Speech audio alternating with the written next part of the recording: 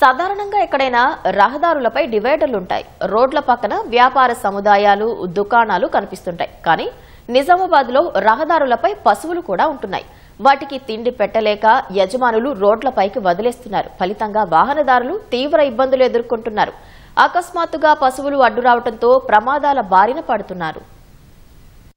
నిజామాబాద్లో రహదారులే పశువులకు కొట్టాలుగా మారాయి. ప్రధాన, అంతర్గత రోడ్లు అనే తేడా లేకుండా నగరంలోని అన్ని దారుల్లో ఇవే దర్శనమిస్తున్నాయి. పెంపకందారులు వాటిని సంరక్షించలేక రోడ్లపై వదిలేస్తున్నారు. పశువులు వాహనదారులకు అడ్డురావడంతో ప్రమాదాలు నిత్యకృత్యంగా మారుతున్నాయి. రోజు పదుల సంఖ్యలో క్షతగాత్రులుగా మారుతున్నారు.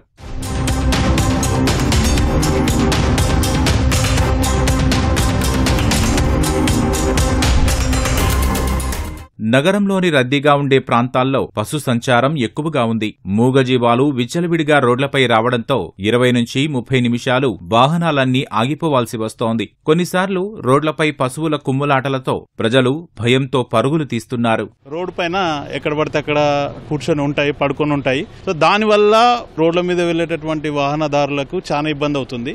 వాహనాలకు సంబంధించినటువంటి యాక్సిడెంట్లు జరగడం కానీ, లేకపోతే మనం గోవులకు ఏదైనా జరగడం కానీ, దానికి హాని జరగడం కానీ, సో దీనివల్ల గోవులకు ఎంతో ప్రాబ్లం జరుగుతుంది. కాబట్టి సో ఇది దృష్టిలో పెట్టుకొని ఎవరైతే వాళ్ళ యొక్క యజమానులు ఉన్నారో వాటిని సంరక్షించి వాటి స్థానాలకు వాటిని కరెక్ట్ గా పెడితే ఇటువంటి ప్రాబ్లమ్స్ జరగవు. ఈ ట్రాఫిక్ బాగా ఇబ్బంది ఉన్నాయంటే ఈ ఆవులు సడన్లీ మేము వెళ్తుంటే అక్కడ కూర్చొని ఉంటే చాలా ఇబ్బంది అవుతుంది.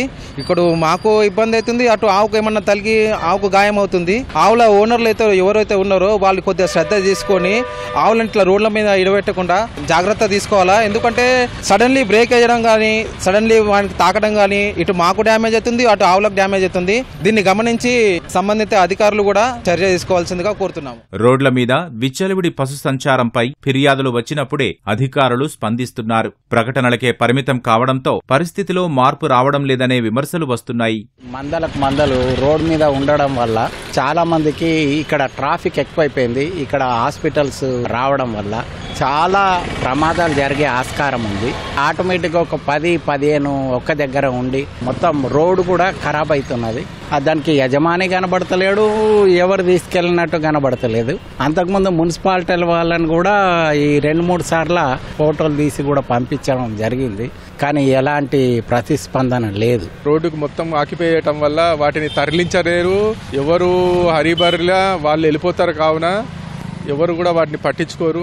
ఎవరైతే పశువులను రోడ్డుపై వదులుతున్న యాజమాన్యం కూడా ఇలా వదిలేస్తే వాళ్ళని కఠినంగా శిక్షించాలని నేను గవర్నమెంట్ని విజ్ఞప్తిస్తున్నాను. ఆవులు వచ్చి రోడ్ల మీదనే వదిలేస్తున్నారు కాబట్టి మూగజీవాలకు ఇబ్బంది అవుతున్నది, మనుషులకు కూడా ఇబ్బంది అవుతున్నది. స్కూల్ బస్సులు ఇక్కడికి వెళ్ళాలా, చెత్త వేయడం వల్ల ఇక్కడ ఏవో తింటున్నాయి కాబట్టి మూగజీవాలకు ఇబ్బంది అవుతుంది, మనుషులకు యాక్సిడెంట్లు అవుతున్నాయి. ఈ రోడ్ని ఎవరు పట్టించుకునే వాళ్ళు లేరు.